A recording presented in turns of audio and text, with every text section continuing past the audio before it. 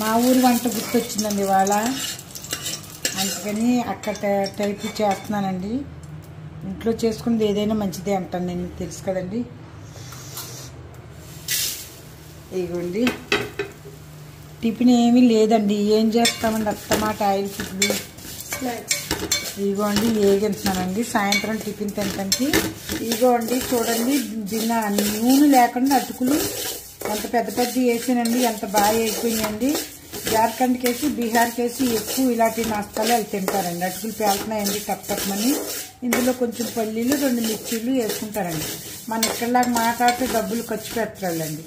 అక్కడ జీతాలు ఎక్కువే అండి, ఏం తక్కువ కాదండి. అక్కడ ఏం ఖర్చు ఏముంటుందండి, లక్షల జీతాలు ఉన్నా ఇవే తింటారు బడమనండి వాళ్ళు. ఇదిగోండి ఎక్కడికన్నా ట్రైన్లో కూడా మీరు ఎప్పుడైనా బీహార్లో వస్తుంటే చూడండి, సొత్తు ఇలాంటి గుంజియా తెచ్చుకుంటారండి, ఇవే తింటారు. మరి వాళ్ళ బలానికి మన బలానికి తేడా, ఇక్కడ పనిచేసి వాళ్ళు అందరూ వాళ్ళే అనుకుంటున్నారు కదా ఎలా ఉన్నారని. ఇదిగోండి పల్లీలు వేసుకుంటారండి. నేను ఏంటో ఎంత డాక్టర్ అయినా సరే బంగాళోడు అన్నాడు అటుకులు మరమరాలు అదే ముడీలు అంటారండి, అవి తిన్నోడు ఉండడండి ఎవడైనా సరే. టిఫిన్లో ఎక్కువ మరమరాలు తినేస్తారండి. మనం ఇగుళ్ళు కానీ పాలేసి పెరిగేసి తినేస్తారండి.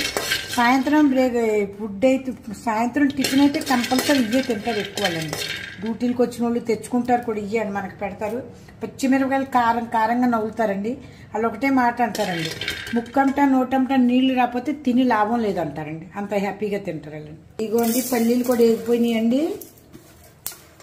ఇదిగోండి నల్లుప్పు వేసుకుంటామండి కొద్దిగా అండి టేస్ట్కి. ఒక పచ్చిమిరపకాయలు 2 వేగించాను కదా, మధ్యలో అయినా కొరుక్కుంటూ తినేయటమే అండి. అక్కడ ఈ అటుకుల కంటే ఎక్కువ మీకు డింకీ కూట అంటారండి, అంటే దంచిన అటుకులు ఎక్కువ దొరుకుతాయండి అక్కడ. ప్రతి ఒక్కళ్ళు ప్రతి నెల ఒక 5-6 కేజీలు తీసుకుంటారండి. ఎర్రగా రంగు వేసినట్టు ఉంటాయండి, డింకీ కూట అంటారండి. ఇలా నిలువుగా ఒక కర్ర ఉంటుందండి, కర్రకు ఒక కర్ర కట్టు ఉంటుంది, ఆ కోసం నిలబడుతున్నది. ముందుకి వెనక్కి వస్తే అది దంచుతుంది, అదే పూట అవుతుందండి, దాన్నే డింకీ పూట అంటారండి. మన అవన్నీ మర్చిపోయాము, అక్కడ మటుకు ఇప్పటికీ ఉన్నాయండి అవి. ఇలా బ్రేక్ఫాస్ట్లు బోల్డ్ తెచ్చుకుంటారండి అటుకులు అయ్యి. అక్కడ పొద్దుటప్పుడు టిఫిన్ తెచ్చుకోలేని వాళ్ళు కూడా ఇవి తెచ్చుకుని తినేసి శుభ్రంగా కొంచెం మంచిలు తాగుతారండి. ఇదిగోండి ఈ అటుకులు చూసి మా అబ్బాయి కూడా సంతోషపడిపోయాడండి. మధ్యలో ఇది నవ్వులితే ఉంటుంది కదండి. ఇదిగోండి ఎవరికాలు స్పూన్తో తీసుకుని మరమరలు ఆడిపోతుందండి. ఇదే అండి టిఫిన్ ఇవాళ. బయట స్నాక్స్ అండి రోజు బయట నుంచి ఏం తెస్తామని, రోజు ఏం తింటారు ఇంకో చెప్పండి. మా మనవాడు ఏది తిన్నాడు, అవి కూడా చేయి కనపడతాను చూస్తున్నారు కదండి, ఇష్టంగా తింటున్నాడు. అయిపోయింది తీసుకుని పిల్లలు చిన్నప్పుడు ఏది అలవాటు చేస్తే అది అలవాటు అవుతుందని నేను చెప్పదలుచుకుంది.